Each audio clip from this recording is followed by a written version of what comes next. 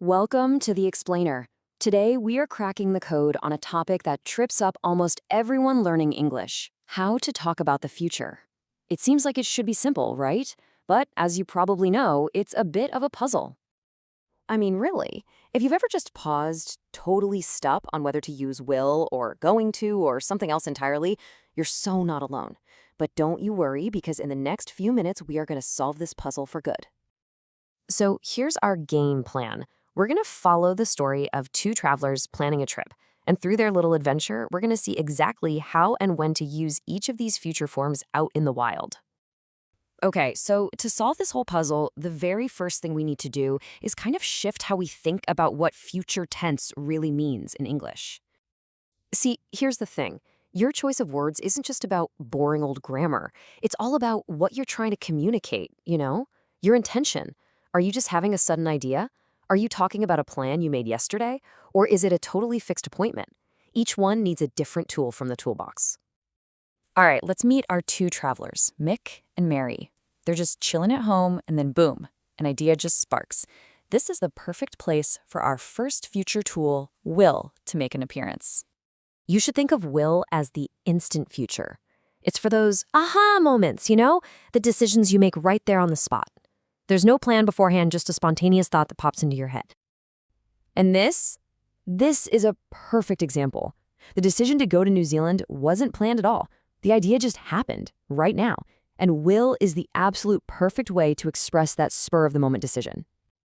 Okay, here's another one that really hits at home.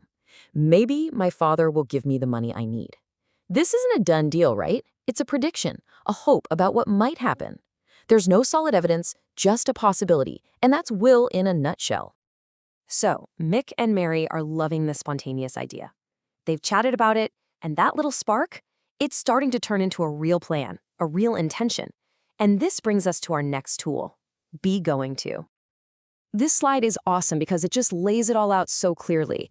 Will is for a choice made right now, but be going to is for an intention you had before you started talking. It's all about the timing of the decision. So, from now on, whenever you hear someone use be going to, your brain should immediately think, aha, there was a plan.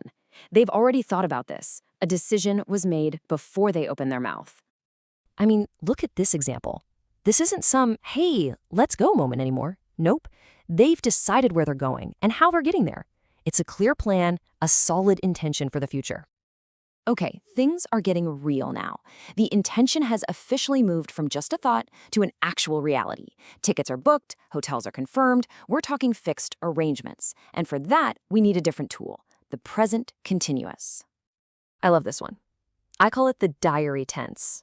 When you use the present continuous for the future, you're basically saying, this is happening, it's locked in my calendar in ink.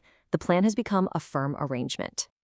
You see how specific this is getting? There's a date, a time. You can just feel it, right? The tickets are bought. It's not just a plan in their heads anymore. It's a confirmed event on their schedule. That's why the present continuous is just perfect here. Okay, you ready to level up a little bit? Let's use a more advanced tool. We're going to fast forward in time and imagine Mick and Mary not at the start of their trip, but right in the middle of the action at a very specific future time. This is where the future continuous comes in. Now, the key here is we're not talking about when the action starts or when it ends. No, we are zooming right into the middle of it. We're imagining ourselves there, watching it all happen. This timeline just makes it so clear. Point 1, today, they're planning. Point 2, next Tuesday, they take off. But point 3, that's our focus.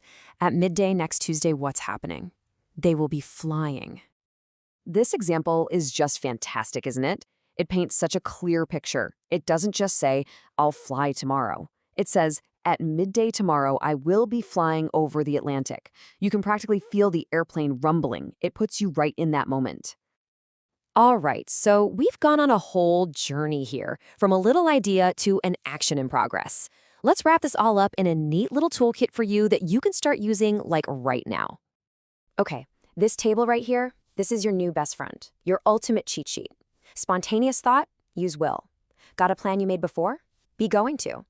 Is it in the diary, all confirmed? Present continuous. And if you're imagining being in the middle of it all, future continuous. Boom, it's that easy. So here's the big takeaway. Mastering these forms gives your English way more precision. You're not just talking about the future, you're explaining your relationship to it. Is it a dream, a plan, or a certainty? Now you can say exactly what you mean.